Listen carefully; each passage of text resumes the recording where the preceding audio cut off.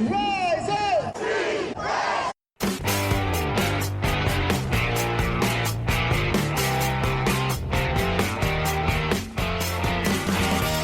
This is the Rise Up See Red podcast, all about the Arizona Cardinals and the NFL, featuring insider and outsider perspectives. Enjoy the best hour of Cardinals talk on the web. Now here are your hosts, Jess Root and Seth Cox.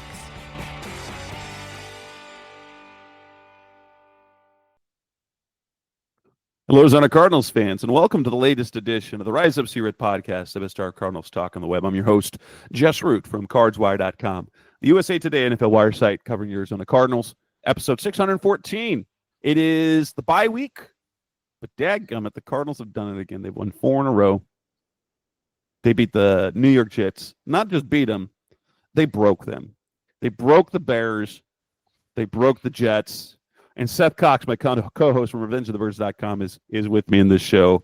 What in the world is happening with this Cardinals team? Because, you know, there was a time, and we were talking about before the show, you know, back when if you lost to the Cardinals, you got fired like Mike McCarthy did when the Cardinals beat the Packers in 2018. The Cardinals are breaking teams right now. The Bears are falling apart. The Jets were on the verge, and they look like, well, they ended their season. They put the nail in the coffin for the Jets season, and I'm here for that, honestly, because, you know, I saw this hilarious thing because Jets fans have it as bad as the Cardinals fans, only over the years. But here's the thing that's funny is that by getting Aaron Rodgers, they had a sliver of hope, and they're like, whoops, nope. Nope. 4 plays in, torn Achilles. Come back this year. The roster's good. Aaron Rodgers is playing okay. And there's no reason for them to not be good. And they're just bad at football this year. And that's what happened is like the Cardinals were great. But before we get into that part, but my goodness, what is this team right now? They're now 6-4. They lead the NFC West. They're going to lead the NFC West coming out of the bye no matter what. And so, this is uncharted territory for a team that is, we can say this, they're officially ahead of schedule on like for what expectations were. And we're right there, aren't we? We're right at the point where now we are upping expectations, and now we are 6-4 with a winnable schedule the rest of the way. We now have to start setting our sights on the postseason and winning a division, don't we? Yeah, and it's going to be interesting from here, just because the 49ers got Christian McCaffrey back, and you know, they didn't look great needing having a close win over a really injured, depleted Bucks team. But they're still, I think you and I would agree, they're still the class of the division, just simply because they're the defending champs. I mean, they're the defending NFC champs on top of that. So like until they're actually dead, they're the team to beat. And the nice thing is the Cardinals have a game on them this year. So it just becomes a matter of surviving. And they have 7 games left. They're sitting at 6-4. You look at that, ideally you would think 11-6 probably is what probably holds them off. Yeah, take to win the division. But the nice thing is, and people know how much I despise this whole, like, the way it says it, but they control their own destiny, right? Well, the Cardinals truly do. They're 2-0 in the division, which is very unlikely if we had to guess heading into the bye week, right? Right. And they play 4 of their final 7 games in the division. So ideally, going 4-3 would not be great, but it would still put them in a position to win the division, get to 10-7 and all that. And then you look at the games outside the division. That Minnesota Vikings game is going to be hell. It's in Minnesota. It's going to be a big game for Minnesota as well, because that'll probably be right when the Vikings are really fighting for that, playoffs positioning or spot at that point. And then you have two games that I would say should, but not will be winnable games. And the New England Patriots and Carolina Panthers. So you look at their schedule, and we discussed it last week. The fourth easiest schedule by win percentage in the NFL. Their final, including this Jets game, that was why getting out to 6-4 and being a game above where you and I had them heading into the bye, right, was so important, because the back half of the schedule is on paper easier. I mean, the Rams looked lethargic again last night. They looked old and that Rams explosive. team is weird right now. They're so weird. And then the Seahawks have just looked like they've fallen off a cliff, right? And so it looks again on paper like a two-team race in the NFC West. But I think as Cardinals fans, we are fairly ingrained to be like, okay, prove it to me, please. Right? Yes. But like we said, like they win this game and we can start getting excited. And I think it's time to legitimately be excited, because now they really are, like, they're gonna be in first place after the bye. We'll talk about on the show later this week how we want the weekend to go. And they pick up one of those wins in the next three. They're 7-6. They should beat the Patriots and the Panthers. They'd be 9-6, and then you've got the Rams and the 49ers to close out the year, which means it's very, very, very possible that it will come down to that final game, right? Don't you think that that's probably how it's going to line up? Is that week 18 will determine the division, and that's a wild thing to think. And not just that, Jess, but let's just play hypotheticals here. Let's just say the Cardinals have secured the division by that point, which I don't think either of us would feel confident in saying that's happened. But let's just say that the Cardinals have secured the division going into that game at home against San Francisco, right?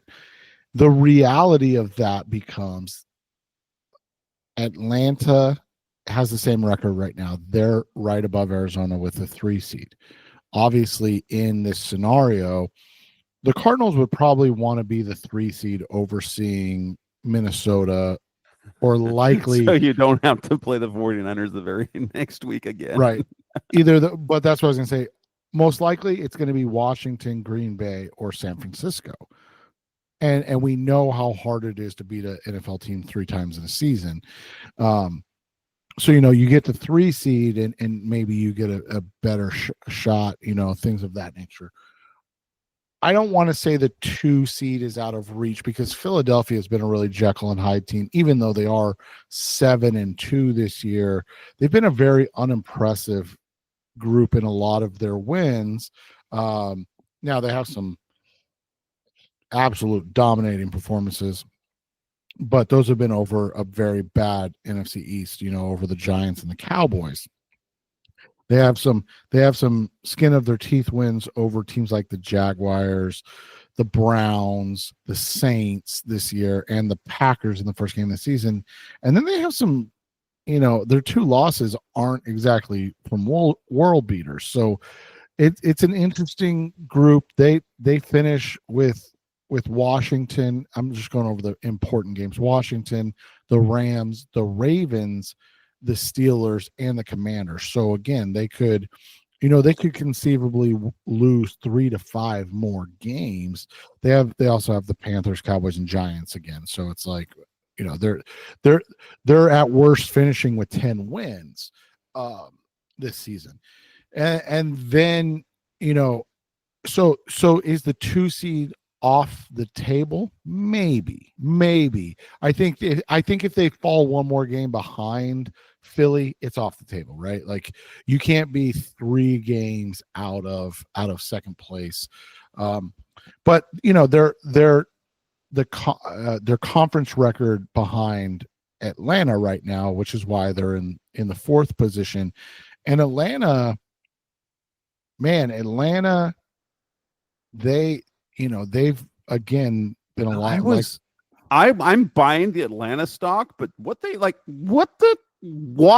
you doing losing to the Saints? Well, and they have an interesting game this week, and we'll discuss it about with the Broncos. Then they get the Chargers, who have looked really good outside of their loss to the Cardinals. And then they have that same Vikings team, and then the Commanders. So again, their 7 final games, they have a bye week in there too. Their 7 final games, they have 3 gimmies as well. And again, everything's on paper, but the Raiders, the Giants, and the Panthers. So, you're looking at it. This could be a team that finishes at 9 and 8, and you wouldn't bat an eye. And that would win the NFC South, right? Like, that's the NFC South this year. So that's the thing, Jess, is there's some options. The 1 seed's off the table, not just because they're 3 games behind Detroit, barring another injury. And I would assume we're talking a Jared Goff type of injury, right?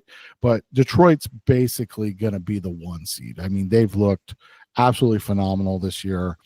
They're playing at a high level. The fact that they've basically not missed a beat even after Jared Goff can throw 5 interceptions, they still pull out a win at the end of the game. And the fact that they haven't missed a beat after losing Aiden Hutchinson, I think that just speaks to what they've built there. I mean, you look at what they've done post Aiden Hutchinson, and it's been, like you said, impressive. I mean, the fact that Jared Goff throws 5 interceptions and they win a game, like, you're like, what on earth? That's one of the, and granted, like, that's one of the wildest stats you ever see, because turnovers are critical. 5 interceptions. That was, like, as other people have said it, but that was entering Jared Goof territory. Right. And then he turned into stud Jared Goff in the 4th quarter. Right. And so that's, those are all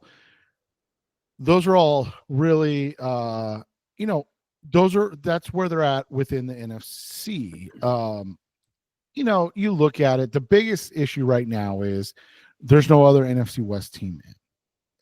And so the question becomes, do Washington, because I think you and I would agree with this. Now, I don't want to take anything away from Washington, so I don't want this to come off wrong, but I think we would agree that Philly, Detroit, and Atlanta are pretty close to being the division winners. Now, there's only a game separating Philly and Detroit from behind them, right? But they look like the 3 classes of those divisions. And so the Cardinals' issue now becomes, they don't want to be like Atlanta, where their only route of a playoff berth is winning the division, because again, they're as you said, they come out of the bye, they're still in first place. They'll be tied, but they'll still be in first place because they have the head-to-head over San Francisco right now. But they don't want to be at 9-7 going into the last game, because that likely does not get them in the playoffs. So that'll be kind of where we look at, and as we reset our expectations for this team, right? I mean, like, it now, like, the way they're playing right now, it would be a disappointment to miss the postseason. And so that now we just ratcheted up expectations. Now, if they just, like, if we're doing big picture, if they just miss the playoffs, that's on schedule. But, you get 6-4, you're in 4 in a row, you're playing the way you're doing. You're in first place. Like the 49ers aren't running away with the division. You're in first place, and you have an easy stretch.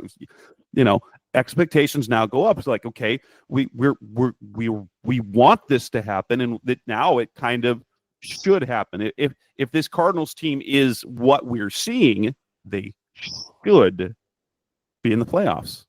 The biggest issue is going to come down to just, even if they come out, and I know we're going to discuss this later, but even if they come out of the bye and get a win against Seattle, that Minnesota game that's a tough one, because you look at it, Minnesota is going to be 9-2. Like, it'll be very, very surprising if they are not 9-2 in that game.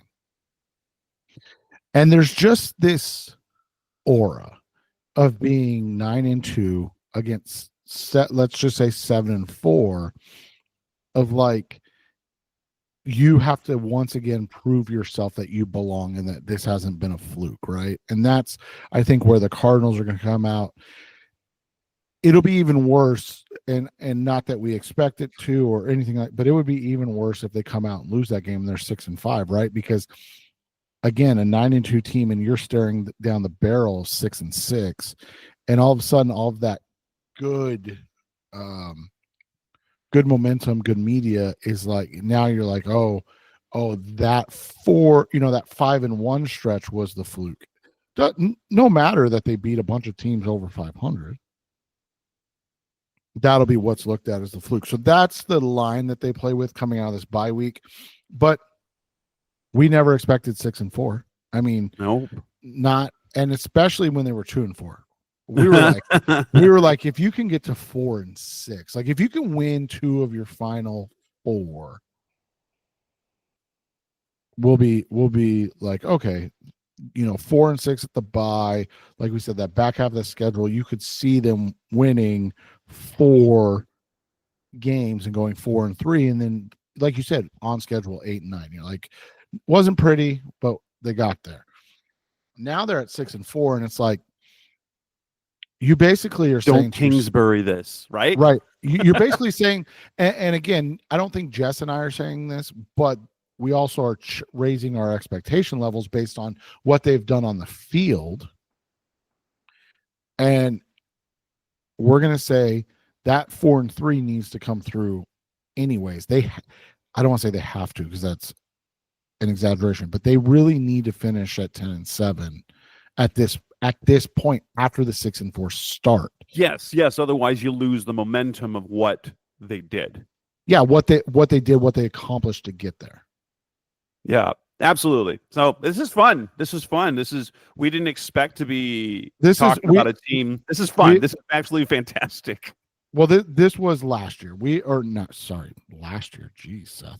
That was next year. That's what we expected. Yes. Next year. We expected, like, hey, they're going to be at this place right now, in 2025, and we'd be discussing this, like, hey, now, can they wrestle the division away from the Packers, right? We didn't expect this part, Niners. the Niners. I was thinking about the Lions at that point. Sorry.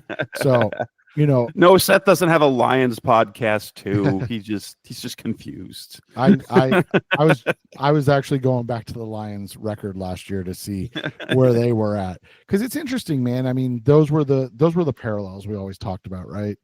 And in year 2, Dan Campbell got them into 9-8, and remember, they were 2-6 as well. Now they were 1-6 at one point, but they were 2-6 at one point, and they finished at 9-8. The Cardinals only got to 2-4 at their lowest margin. So if they have a similar run where, the Lions in that run had a streak where they went 6-1, and then they finished up 8-2, on the back half, that's what you're looking for from this team. Yep. Coming up next on the Rise of Your podcast, Best Our Cardinals Talk on the Web. Let's actually talk about that game. We'll look at the offensive side of the ball, because, man, that was fun. That's coming next on Rise Up, See Red. We're back on the Rise of Zero podcast, Mr. Cardinals Talk on the Web, talking about the Cardinals 31-6, absolutely dominant over the New York Jets. And isn't it starting to feel like that there isn't a defense that the Cardinals can move the ball against? Because that Jets defense was supposedly good, and it was number 2 against the pass. And they were carving up that pass defense early and often. They were not using the run game to set up the pass. They were cooking in the pass game. This Cardinals team offensively, like if we go back even to the Chargers game when they got that win, and we go back to the 49ers, only the Packers, and again, against the Packers, they kind of hurt themselves. And I've been saying this for the last couple of weeks. It doesn't appear that the Cardinals, that there is a defense that the Cardinals cannot be successful against. Detroit was their toughest matchup. But other than that, and maybe Minnesota will be that, but it's looking like at this point, they're able, if they're doing what they do, there isn't a defense that will stop them. Yeah, and they came out in this game, and it was the efficiency that was the beauty of it, right, Jess? I mean, they came out in this game and they scored, and we all were like, okay, perfect. Like, to be fair, I mean, they've really done a great job off their script, off the rip, right? Every game, basically. Like, they get the ball, they're going to go down and score. That's just what they've done. I still don't think that the James Conner not getting in call was correct.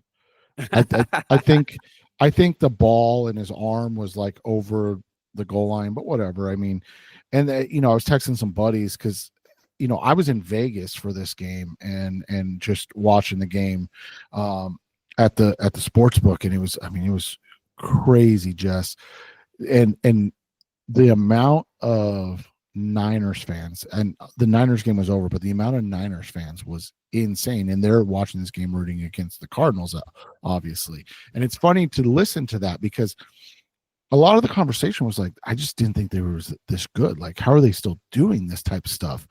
And then they come out right and they get the stop, and then the Packers have what we've kind of unfortunately come to expect from the Cardinals defense, right?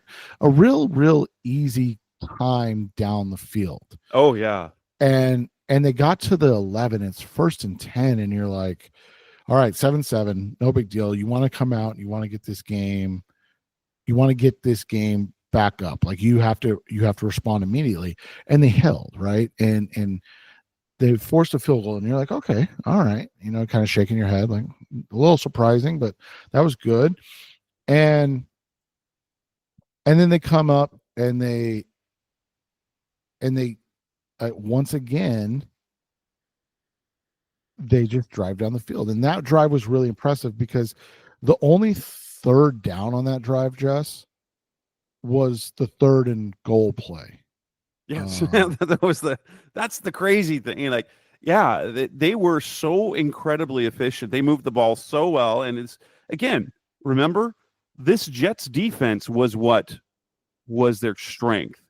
They gave up a lot of rushing yards, but the Cardinals were running the ball. They were throwing the ball. And they weren't getting pressure on Kyler. It was just offensively, it was easy. They scored on their first 5 possessions.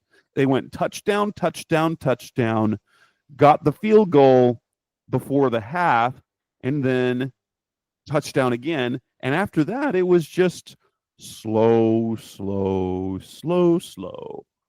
And each one of their touchdown drives increased in length. As the first one, they had the big James Conner play, so it was 2 minutes 2 seconds. Then it went 4:54. Then it went 5:53. Then it went 6:20 in their third quarter possession. It was 4 minutes 9 seconds on their drive that gave them the field goal at the end of the half. So this offense has been good because they were cooking in the pass game, and then the second half they just ran the ball. I'm just going to run the ball. And crazy, guess what they were able to do? They ran out the clock with DJ Dallas. How impressive is that? And I did have one question for you, Jess. In the second quarter, they get the ball back with 4:09. Obviously, they take it down, kick the field goal. Did you feel like they were a little conservative there? I'm just always interested in what everybody's opinion is, because it just felt like they were like, "Hey, we just need a field goal here, and this game's over." And while I agree, and obviously hindsight, it was, I would have preferred them to be a little more aggressive. They. And the ones I'm looking at is the 3rd and 1, 4th and 1 runs, right? Like if you're gonna go for it and you're gonna try to get points, like why not at least take a shot to try to get something? So because again, you're still getting there, but like that was my small critique of the offense on the day, because outside of that, what are you going to, 2 incompletions. So it's not like you complain about the passing game. The running game, was effective enough in the first half. And then again, kind of what we've seen, they just kind of controlled things the second half. You look at it again, there wasn't a guy that did it, but you had 21 for Kyler on 3 carries. You had 62 for Trey on 10 carries. You had James Conner that was really bottled up from the rushing aspect, 12 for 33 and a touchdown, right? Amari was 3 for 22, and then DJ Dallas, as you said, 3 for 10. Like that's a weird kind of incredible game to see. And then James Conner was the leading receiver in the game. So they did a great job of getting everybody involved. They did a great job of spreading the ball around and really taking advantage of what they had.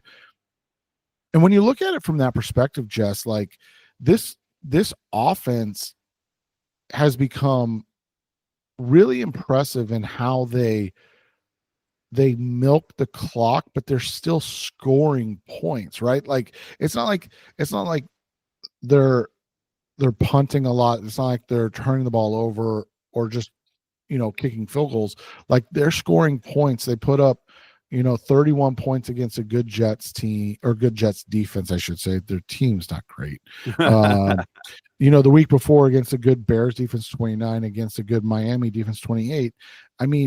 Over 28 points in 3 straight games. The last game they didn't score that much was 17 in a win over LA. And that was kind of the turning point of things where you're like, oh, this team can do anything offensively. Right. They can run the ball down your throat. They can throw the ball all over the place, and then they can be balanced. And this was, I would say, the most balanced of games we've seen outside of the San Francisco and LA games, where those were, the San Francisco game was probably the most balanced, but 169 yards rushing is tough to do. And so to see them over 400 yards of offense, no turnovers, and then to keep the Jets under 210 yards of total offense is kind of bananas, right? Especially it's crazy. Especially after the first 2 drives. Yeah. Well, here's the thing that's becoming, how we've talked about their scheme. Okay. Guess what? I don't know if they did this by design, but Kyler had over 300 yards against Miami when they were the number 1 pass defense. He had arguably, it wasn't quite as eye-popping because he just had the 1 touchdown pass. Should have been 2. It should have been 20. It should have been 22 for 24 for 267 yards and 2 touchdowns against the number 2 pass defense in the NFL.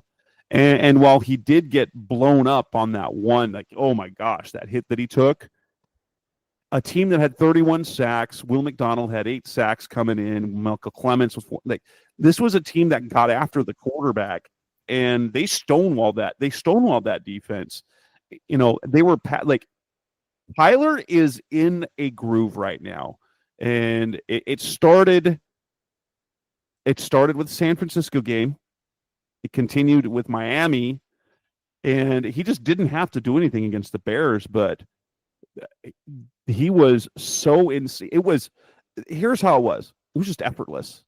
That's not that pass defense was good, but his ball placement, his rhythm. Remember how we were talking about, like, it was right before the Miami game, and we're like, it's not quite in sync. That passing game is 100% in sync now.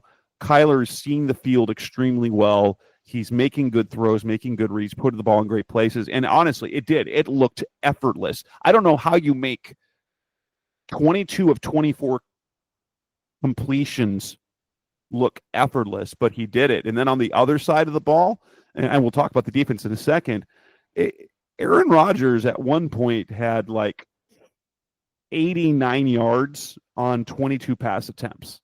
And he finished only with 151 on 35 passing attempts, which is some crazy thing. 151 divided by 4.3 yards per attempt. That was like Kyler's dink and dunk Kingsbury offense stuff when they were losing games and couldn't get the ball down the field. But it was just so good. Like, a couple things I want to shout out, because Connor had a dominant game, even though it wasn't in the pass. It wasn't in the rushing game. It was in the pass game. But didn't it feel like this was, we have seen the breaking out, and not necessarily a breakout, but Trey Benson, he looked like he didn't belong in the NFL on the field, like at the beginning of the year. Like, he wasn't quite there. I described it on Sunday as his eyes and his feet match now. His eyes have caught up with his feet, and he's playing like he looks like an NFL running back. And, the fact that he got nearly as many carries as Connor did is telling. He's getting more playing time. He's getting integrated into the offense, and that's kind of exciting to see. Yeah, and you look at it, man, there's a lot to like. The first of it being that this group, they offer differing things. And I know people are like, well, he's a different back than James. Now, he is physical, but nobody's as physical as James Conner. I mean, it's just not in their DNA. He's a little more athletic, right? He's got a little more burst to him, but he's learning how to run. And that was something you and I discussed, right? Is that he came out and he struggled, understandably. I mean, they're still rookies. He struggled to understand, like, hey, I'm not the most athletic guy on the field anymore. Like, what was he, a 4.37 or whatever he was? 4.38, 4.39, something like that. But yeah. And he would, like, it was early on, he knows where the play is going, so he gets there too fast. As opposed, like, when we saw, like, Amari Mercado as a rookie, like, the incredible patience he had, Benson didn't have that. And so it just looked like his eyes and his feet didn't match. Like, he was not seeing things. He knew where he was supposed to go and just would get to that spot and get tackled. Right. And so then you go from there, and and he's all of a sudden started to grow in his running ability. And that's a big thing, man, because the reality becomes, as much as we love James Conner, we want that bell cow status, and his 70 yards per game is going to get him over his 1,000 yards again, and back-to-back seasons and all of that. The reality of it becomes just like, if they don't have to get James Conner, 17. What is he averaging right now? I'm just double checking. He's averaging 18 touches a game, just like. If they can keep him at 18 and he doesn't have to go into the 20s, and then a game like San Francisco late in the season, and he can give you 23, and we know what his 23 looks like versus other guys' 23, and you're like, oh yeah, that's what we need. So that's kind of where that's at. I think the maturation of Marvin Harrison Jr. and Kyler Murray as a duo has been beautiful to watch. I know people are going to be like, well, he's only going to put up, what 850 yards of offense. It was like, yeah, but he's going to put up 11 or 12 touchdowns. Like I get it. People want the numbers. And I jokingly was texting some buddies during the game because Kyler ran those 2 touchdowns in. And I go back to last week and you know, I saw some interesting conversations had about when Kyler missed Trey McBride in the end zone. And people were like, that's why he'll never be great. That's why you can't win with him. And I'm like, that's all that dude obsessed about after literally after the game, a game that they dominated. He was frustrated with himself, not because of the stats, not because of anything else, but because he was frustrated with himself because he missed a gimme. He missed a layup, man. And he's like, you don't get very many of those, and that's on me. And it's like, this guy understands that he's got the weight of the world on his shoulders because everybody looks at him and goes, you just haven't shown us exactly what we want to see. And it's like a 289 yard, 3 touchdown game isn't what people want it to be because it wasn't 289 passing yards and 3 passing touchdowns, right? It was 266 or whatever it was passing yards and 21 rushing yards and 2 rushing touchdowns. And so people don't look at it and go, oh, this was a great game by Kyler. They go, oh, he only threw 1 touchdown. Oh, last week, last week he didn't throw a touchdown. He missed that bunny. It's like, yeah, it happened. And so anyways, I was texting my buddies about it and I was like, Kyler stinks, man. Just how do you run for 2 touchdowns and not throw them? And that's an interesting thing to me because I feel like fans he needs to throw it to himself. Well, and it's almost like, well, it doesn't matter that they're up to 13th in scoring. By the way, they're up to 13th in points against as well, Jess. But it's, it doesn't matter that they're 13th and up to 13th in scoring. They're almost to 24 points a game, because they're not getting the points the right way, right? Like, oh, James Conner runs in. Oh, Kyler runs in. Oh, Trey McBride doesn't have a receiving touchdown. He only has that rushing touchdown. It's like so because they're not throwing enough touchdowns, but they're scoring at a good clip, top half of the NFL. And over the last 3 games, as we discussed, they're averaging 29 points a game. Yep. I mean, but that's the thing. They're averaging 29 points a game, Jess, and Kyler's only thrown for 3 touchdowns.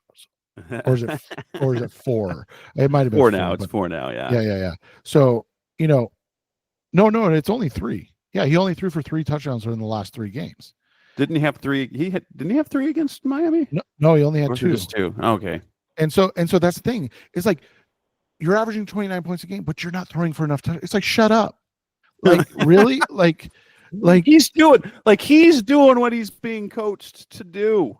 Not only that, but it's like they're having success incredibly well. Right. And it's like they're having success. And it's just wild to me that ends up mattering. And the fact of the matter that his touchdown percentage is still so high also speaks to they're not throwing the ball a lot. Like, it's not so like they're not like, oh yeah, we gotta get these pass yards off, right? Like, everything is done with a purpose and an efficiency that let's be honest, we just haven't seen before, man. Like, no, he's literally 16th in passing attempts, 16th. And it's like, this is a dude that's just he's not throwing interceptions. He's not throwing bad routes. And he's near the top of completion percentage. He's near the top of what they call success rate. Like, all of these numbers that matter. Actually, he is at the top of success rate. I forgot. So it's a real odd number, but basically it's 40% of yards needed for a first down on, or 40% of yards needed on first down, 60 on second down, and 100% on third and fourth down. He's the highest. Like, nobody's better. And so, I feel like people get caught up in other things. They're like, oh, well, he's got to do this better. He's got to do this better. But it's like, this year, not cumulatively or anything like that, but this year, he's playing like a top 5 quarterback in the NFL. He is. And that's like, he's playing at like, it's just he's not getting video game numbers. Like, he had like that MVP year, that first half of 2021 when he was bonkers. He's playing the position so much better. Like, if you see the way he's handling the offense, the way he's making, like, not everything is a highlight reel. He's just making throws effortlessly, and then every once in a while he springs away from it. And shout out to the offensive line, aside for the absolute blow up that Quincy Williams had on Kyler, but that was a Jets defense that's been getting after the quarterback. 0 pressures allowed by Kelvin Beachum, who lined up primarily against Will McDonald, who is having a fantastic year. Well, and Jess, here's my capper on this whole situation. Look at the names that he's tied with or ahead of in passing touchdowns this year. Patrick Mahomes, Brock Purdy, Jalen Hurts, CJ Stroud, Trevor Lawrence, Justin Herbert, Geno Smith, Dak Prescott, Jaden Daniels, and Matthew Stafford. Like, he's either tied or above all those guys. And he has fewer interceptions than all of them but Herbert. And he has more total touchdowns than all of them. So like you said, doing what is needed to win games is part of being a great quarterback.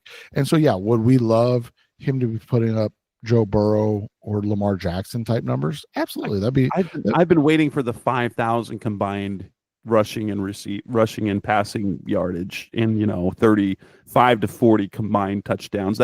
That's been, like, in my mind, video game numbers, but I know that's not always possible. But yeah, I think that's legitimately what people are expecting, either for him, and maybe this is the year the narrative changes because they finally win enough games, or they win a playoff game, because that's been, like I said before the season, this is what Kyler needs. He either needs big numbers or they need big wins.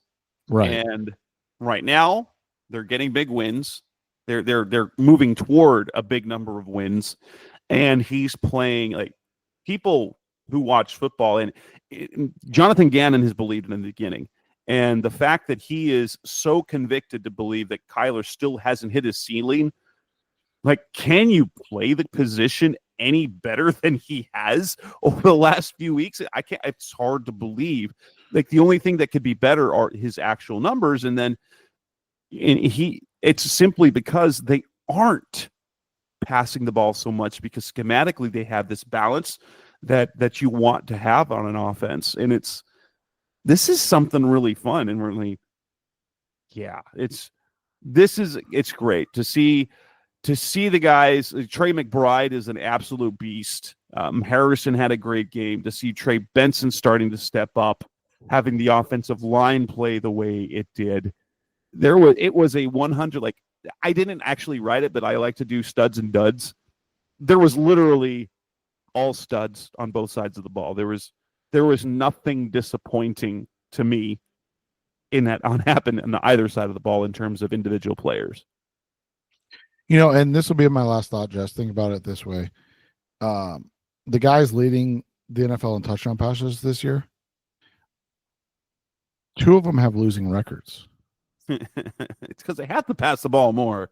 And so it's like, what, to your point, like what's more important? Is it to have the leading passer and leading touchdown thrower and Joe Burrow, or is it to be 6-4 and leading your division?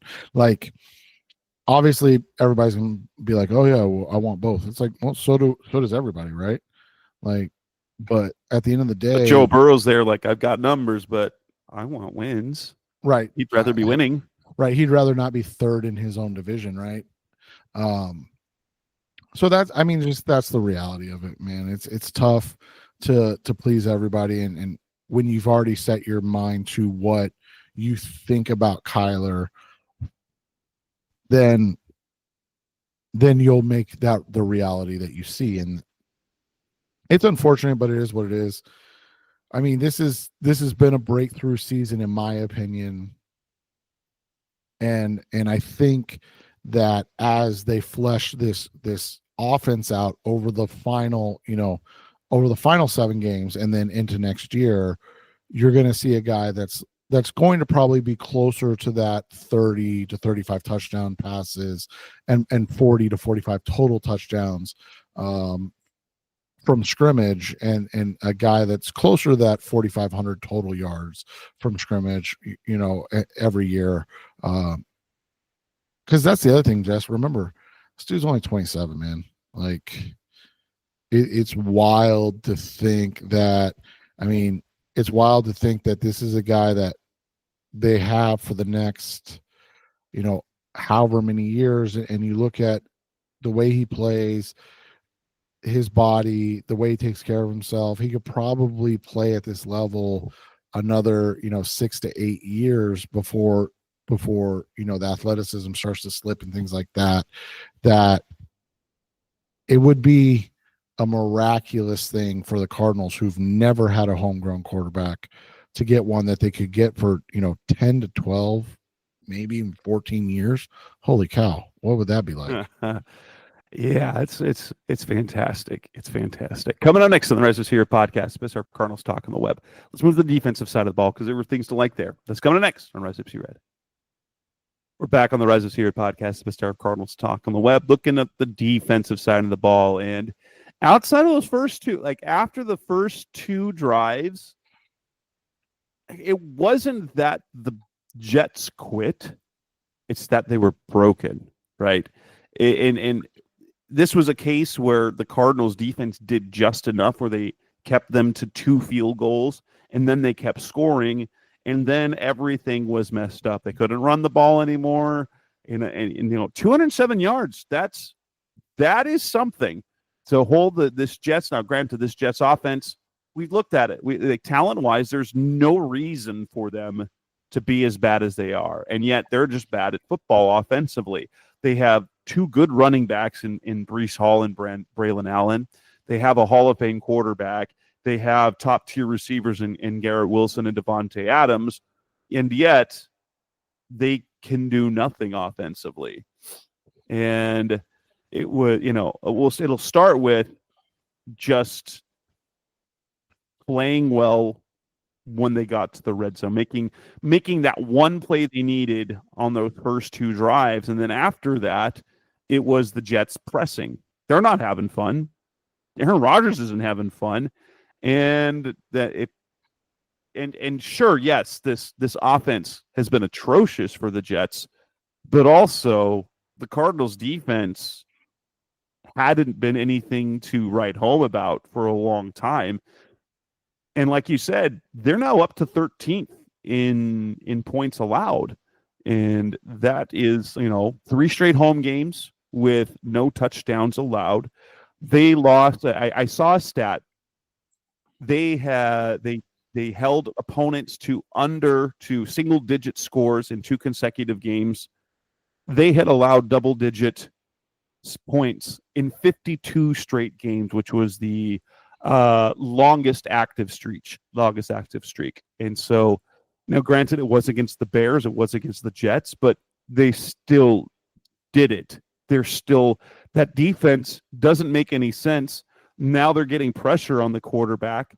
Xavier Thomas got another sack. Jesse Luketa got another sack. Budda Baker had his first sack since 2021. And once again, he was all over the place. He was so good. And he almost killed Aaron Rodgers. I mean, I almost felt bad. Just think about this, right? You're talking about the defense and everything. Think about as you said, how demoralizing it is, right? So the Cardinals come out, score pretty quickly. You said 2 minutes, 2 seconds. Jets get the ball back, 12:58. Take 5:10 off the clock, go down and kick a field goal. 63 yards, man. So the first drives were, negligible. The Cardinals got the stop, obviously, but the Jets milked a ton of time off the clock. Really good drive. Obviously, not the result they wanted, but 11 plays, 63 yards, like really good. Then the Cardinals come back and score, right? 454, 70 more yards, another touchdown. And the Jets come back out, Jess. They get the ball with 2:54 left in the quarter. They go 6 minutes and 17 seconds. They only get 43 yards and they kick another field goal, but they ran 12 plays, Jess. 12 plays for 43 yards. That's less than 4 yards a play. That was a wild stat. And so they kick another field goal. So now it's 14-6. And you're like, all right, this is a big drive. The Cardinals go down, they score again, and you mentioned it, that 5:53, almost 6 minute drive, 10 plays, 70 yards, first double-digit play drive of the game for the Cardinals. The Jets have had 2. Think about this, Jess. 3 drives for the Cardinals. Okay, a little bit under of 13 minutes of game time. The Jets had 23 plays in 2 drives and just under 11 and a half minutes of game time. Okay, so their 3-2 drives were basically the same amount of time. The Cardinals just resulted in 3 touchdowns. And then the next drive happened. The Cardinals kick off with 5:44 left in the half. The Jets go -9 yards. And so the Cardinals get the ball back with 4:09, and you're saying to yourself, points would be fantastic here. And then, like we talked about earlier, we liked a little more aggression, but we also understood kind of the gamesmanship of that situation, right? Like they got really burned on a 2-for-1 early in the season by Josh Allen of the Buffalo Bills. So the last thing you wanted was to give New York that kind of, oh, we can come back if they were to get a 2-for-1. So you go down and kick the field goal.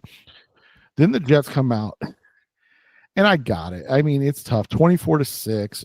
You're down 18. So you have to score 3 times. You need at least 2 touchdowns with at least 1 2-point conversion and then a field goal to tie the game. I mean, that's just to tie the game.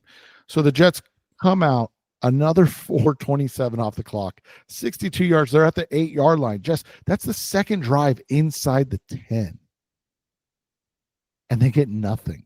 Hey, fumbled. And like you said, Xavier Thomas gets the sack, and then it's granted, that drive, that field goal, that probably was the nail in the coffin, but the start of the third quarter to get the ball back with 10:30 left and the kickoff with 4:13 left, and you're up now 31-6, and your defense, while it hasn't been great in this game, I mean, think about it, Jess. They're in 3 drives they had 75 yards, right? In those 3 drives they had about 75 yards. Or 175 yards, excuse me. They held them to 6 points. They were inside the 10 twice and got 3 points to show for it. Well, and the difference was in the first half, the Jets had only 85 total yards. The Cardinals had 239 yards in the first half. And it's it's been wild. It's been wild to see this defense that makes no sense at all why they're being effective. Well, be effective. Part of it, Jess, is the Jets had 6 possessions. So think about this.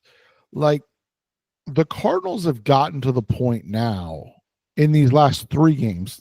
We'll see if it continues coming out of the bye, but in these last 3 games, they've gotten to the point where it's almost odd if they score in under 4 minutes, right? Like, most of their drives are 4+ and typically 5+ minute drives because they run the ball so effectively.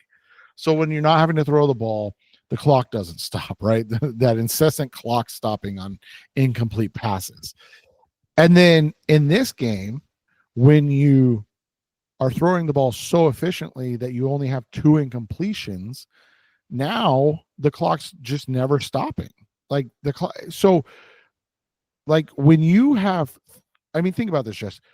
They got the ball with 15 minutes. They didn't get the ball back until 4 minutes and 13 seconds left. And then they didn't get the ball again until 11 minutes left in the game. like they had 2 possessions after the opening kickoff. That's just a wild stat to think about, because the Cardinals were basically, I mean, we made fun of the Jets earlier. Let's make fun of the Cardinals a little bit. Their second drive of the second half, Jess, 6 plays, 33 yards, but they held the ball for almost 5 minutes. Like, that is demoralizing, because even though you got to stop, it took 5 minutes of game time off the clock. Like, now they're like, you're just at the, and so that's the thing. So the defense comes out and it's like, oh, you want to throw the ball? Have fun, man. Go throw the ball all over the place. Go throw the ball. We don't care. And so they get the ball with 11:08 left. And again, they had a great drive, and it comes up short on 4th and 4. And there was a lot of, let's be honest, there was a lot of bad plays from the Jets. The biggest one that stands out is out of the half, Aaron Rodgers, and I know it was tipped, but Aaron Rodgers hits Devontae Adams in the chest with the ball, and it gets dropped in the end zone. I don't know if that changes the outcome of the game, outside of the Cardinals will have allowed a home touchdown in the month of October or November, as opposed to now where they'll not allow a single offensive touchdown in October or November at home, which is wild to think about. Like 2 months, and there will be no opposition touchdowns at State Farm Stadium. Like, that's absurd when we talk about what this defense was early in the season. And it's the fact that you and I talked about it off there. They do have talent. I mean, Kaiser White, Mac Wilson, I know he was a little banged up. Zaven Collins, they're not great players, but they're NFL level starters. And we've always talked about that. The Cardinals under Steve Keim were always shooting for the moon. It was like, hey, we need 11 all pros. It's like, that's always great. Don't get me wrong. You can do that. That's fantastic. That's why certain teams end up being great and, winning all the time. But you need the Mac Wilsons. You need the Kaiser Whites. You need the Zaven Collins that can be next to guys like Budda Baker, who's playing probably the best ball of his career. Would you agree with that? Pretty close. It's definitely in the last 2 years, and probably since 2020. 2020 was a really, really good year for him. They just have a superstar in the making. And I know, and I hate saying that, and people know I don't like to speak in hyperbole, but I'm sorry, just like Garrett Williams he's so good.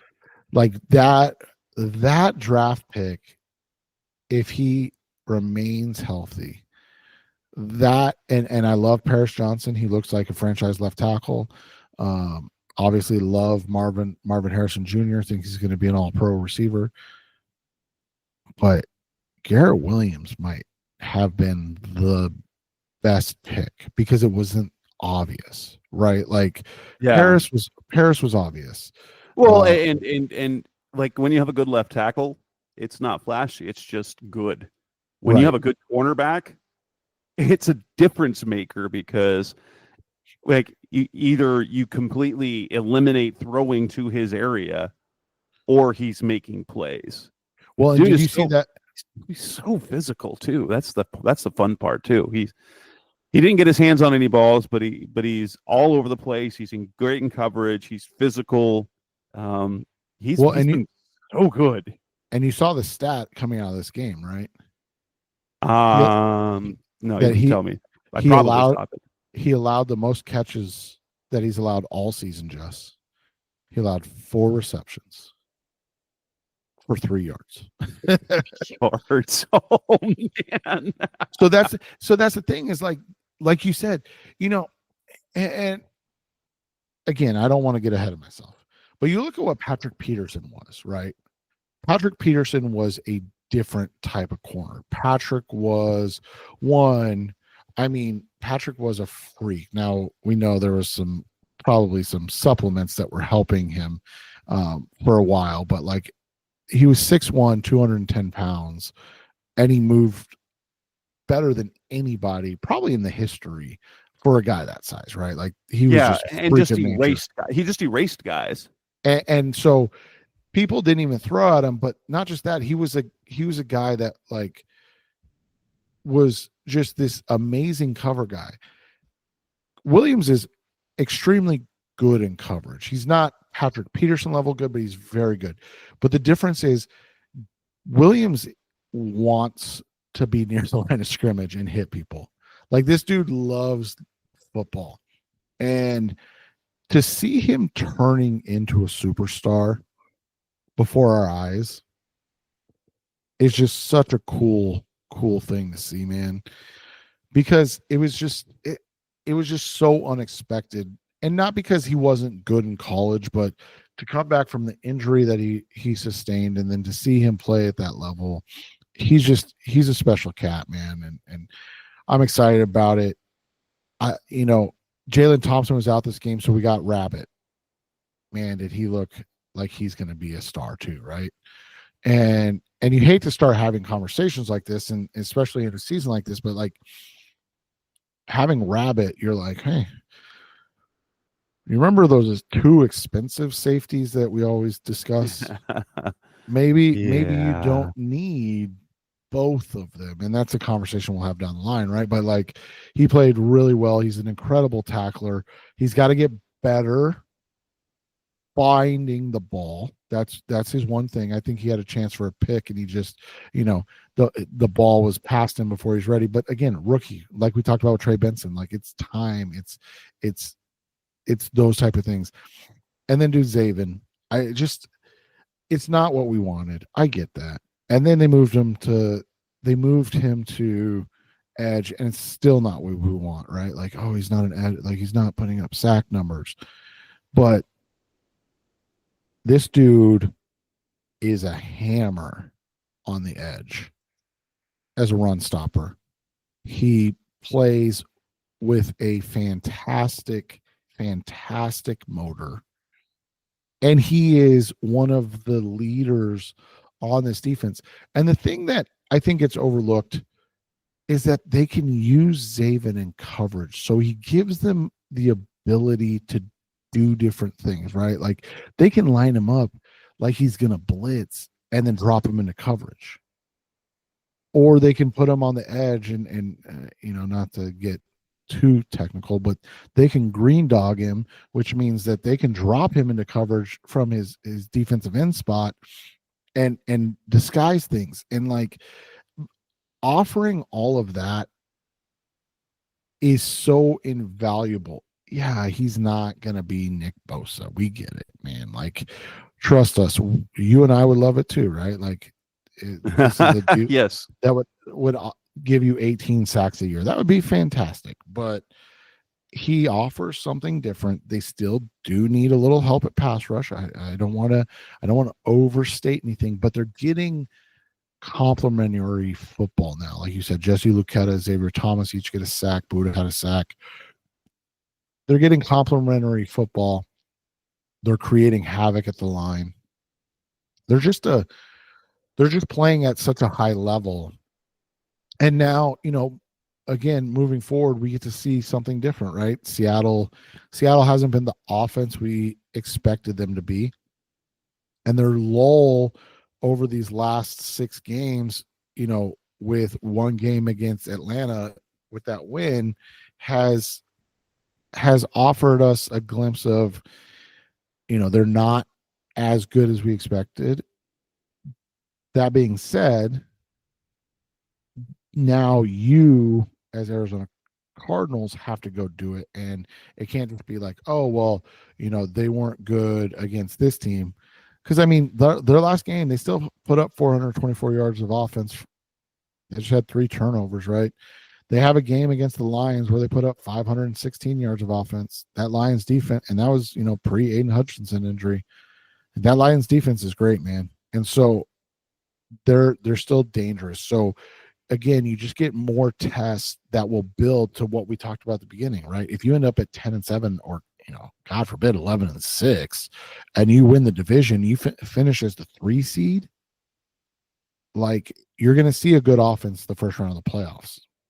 Like go win a playoff game. That's the next. That'll be the end of the season conversation you and I have once they win the division, and we're like, okay, now it's changed. Now we don't care that they snuck into the playoffs, and that's all that mattered. Win a game now. That'll be as we adjust at the end of the season. Let's give one more talk, and it's about Budda Baker coming to next on the Rise of Red podcast, Mr. Cardinals Talk on the Web.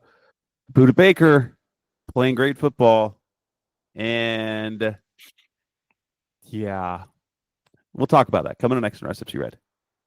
We're back on the Rise of podcast, Mr. Cardinals Talk on the Web.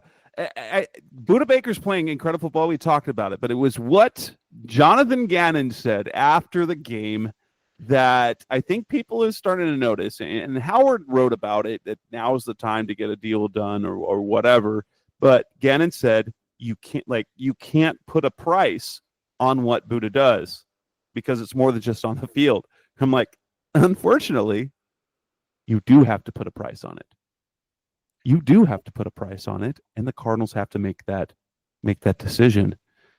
Have they reached the point with Budda and to lesser or maybe even greater fashion with James Conner? Can they afford not to re-sign them with how this season has gone?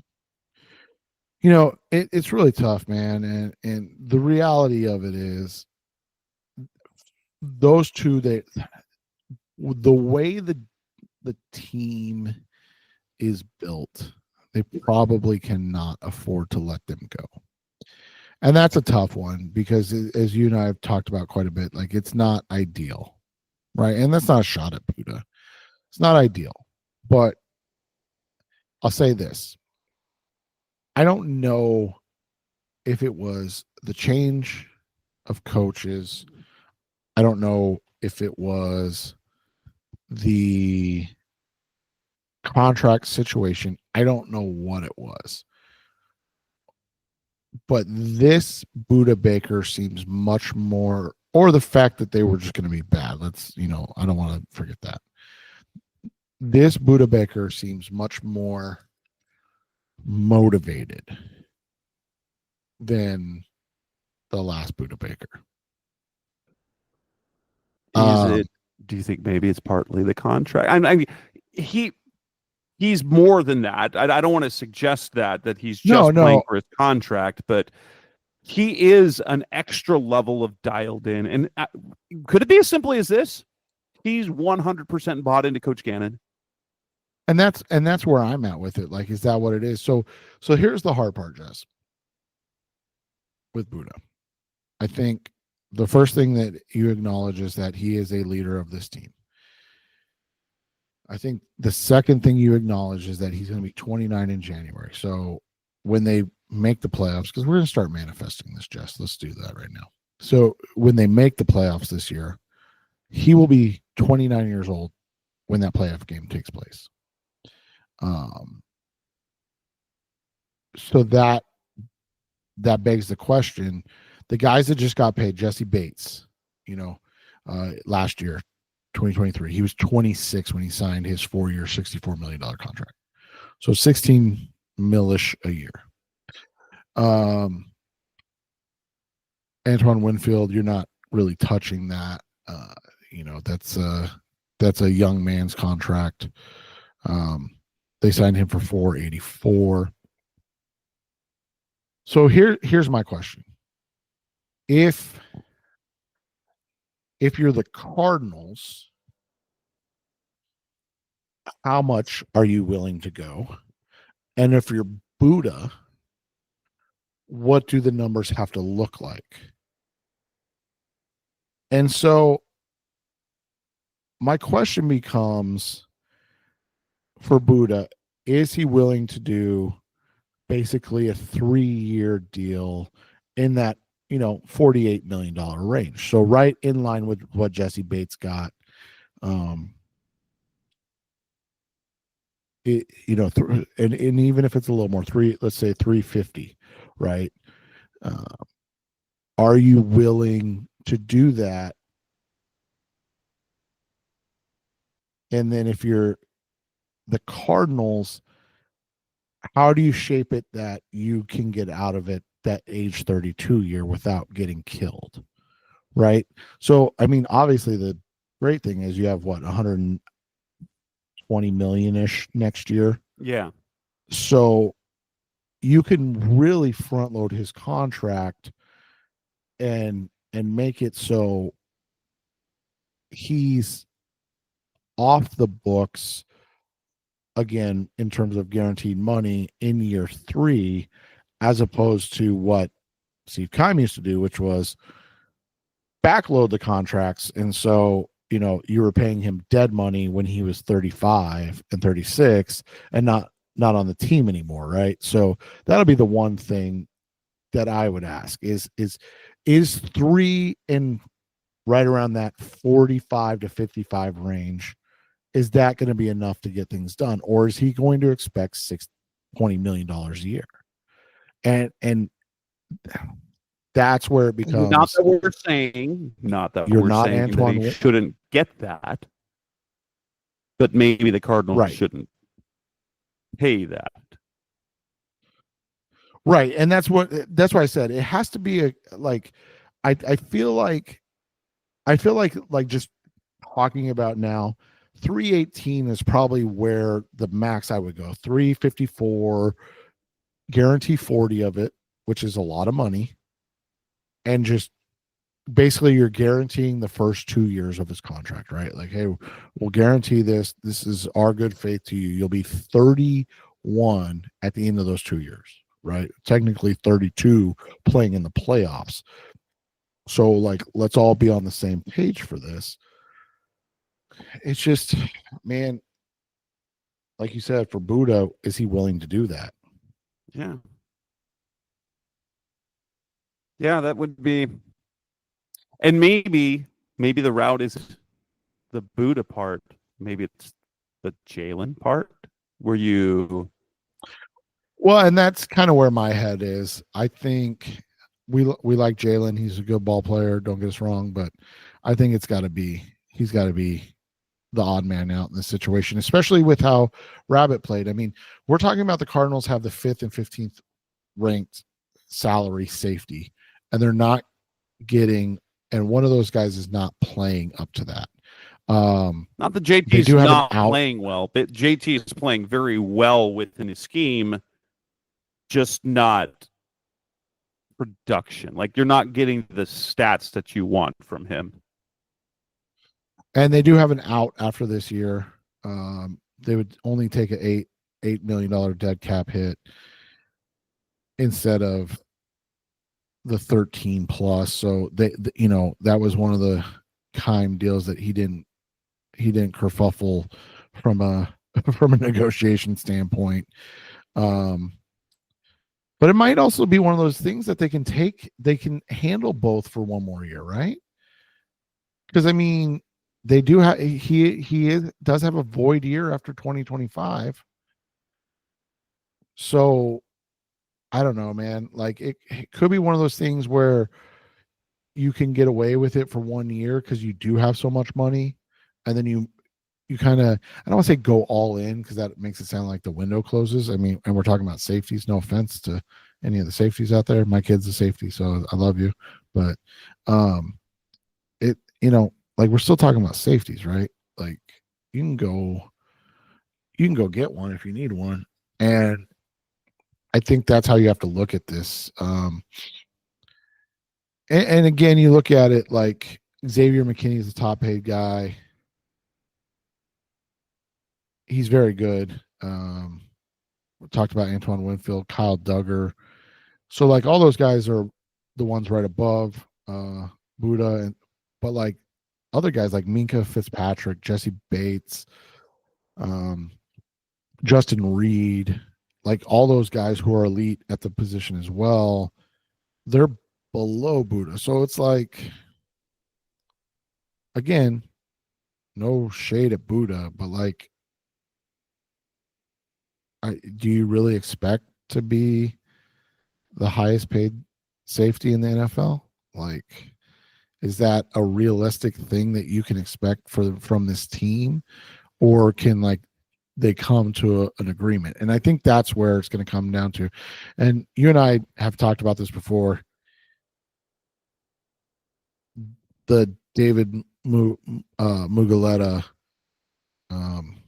factor, right? Like that dude's a shark, man. And he's gonna expect a lot for Budda. So that'll be what's interesting to kind of watch and see. Yeah. Right? So maybe the last off season of safeties is going to change things. We'll wait and see. It's going to be an interesting off season. Very, very. They've got so much room, but they've got key guys, and obviously we'll talk more of this. But it's hard because the two guys. You argue that like on the offensive and defensive side of the ball, you could probably look at the two guys that are the most indispensable in terms of what they mean to the team, and that's Budda and that's James Conner. And yet you happen to have players laying in wait who could replace them for much less money.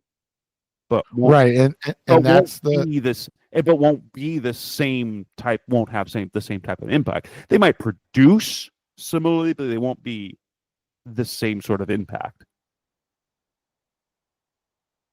Right, and that's what it's going to be. I mean, and that's the thing is, the one thing we've said about Jonathan Gannon's defense is that the positions that for some reason Steve Keim loved to spam with high picks and high prices, inside linebacker and safety, those guys are very replaceable in Jonathan Gannon's defense. He likes front four guys that can rush the passer and big, long, physical corners. That's what's important to him. And so it'll be an interesting kind of to watch how that all works out in this at the end of this. Yeah, it's gonna be real interesting. So we'll talk more about this in the weeks to come, but we will have one more show this week as we'll kind of look at the weekend coming up. Obviously, we won't have things for the Cardinals because they will not be playing.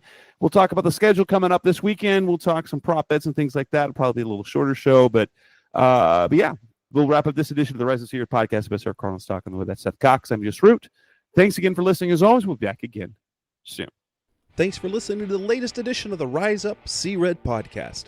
Listen to previous episodes and subscribe to the show on Apple Podcasts, Stitcher Radio, Audioboom, or many other podcast platforms so shows are delivered directly to your mobile device. Please give the show a 5-star rating and always support the sponsors who support the show. We'll be back soon for the best hour of Cardinals talk on the web. Rise up, Red Sea, be Red, See Red, and of course, Rise Up, See Red.